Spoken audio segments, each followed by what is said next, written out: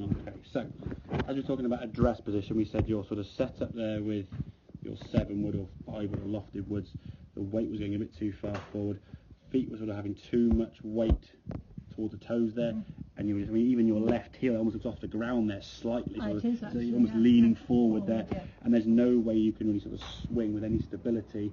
As a result, when you swing, you're then forced to come back and away from it, and that reaction through your arms out.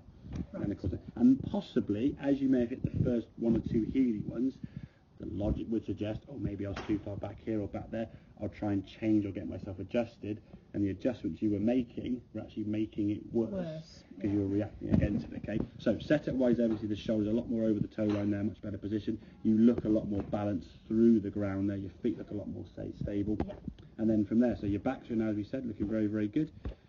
Get the top of the back swing, there we go, so top of your back swing is great. You're not having to worry about lifting your arms so high and turning, because you do turn the body really, really well. So you're happy with that position? That's actually fine. I mean, in theory it goes a little bit longer than ideal, but I think the fact you can rotate round there, I wouldn't say it's a problem area, okay? Because there's a good position there. Now all that happens, you just keep rotating your body that way, so you're actually creating a bit more power. Arguably, you might say you lose a little bit of control by going that far.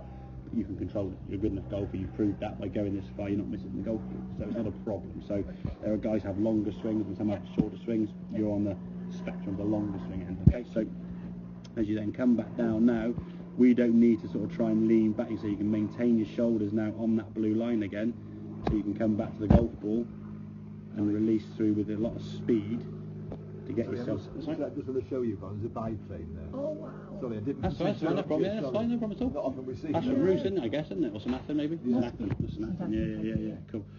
So from there then, so you can just rotate the body now. Your shoulders, you can see, are going to come back to the same spot. We're not going to sort of lean back to get any room to try and rebalance yourself. Your feet now are able to work correctly, and you can just rotate with the speed, as we said. So that heel there, that's all right. That's fine, because you're starting to move off that. Yeah, exactly. As your right hip now, as you come into impact, you can see your right hip now, your hips are actually aiming slightly left of target as they rotate it, so that foot would be coming off the ground there. Right. It's not your knee and your weight going forward.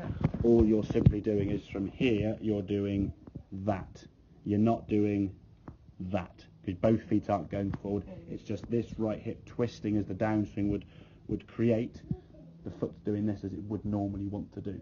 And this thing, a lot of people, they see the foot doing this and go, okay, right, I've got to independently kick my knee. Everything from the hip down kind of follows the hip.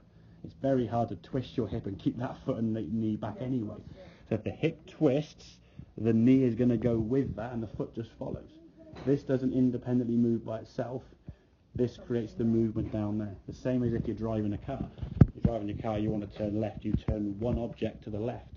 4 tyres underneath you and the axle, all those things work together with you to do the car to turn left. You haven't got to try and independently move 4 wheels and all the different things underneath. You just go turn left.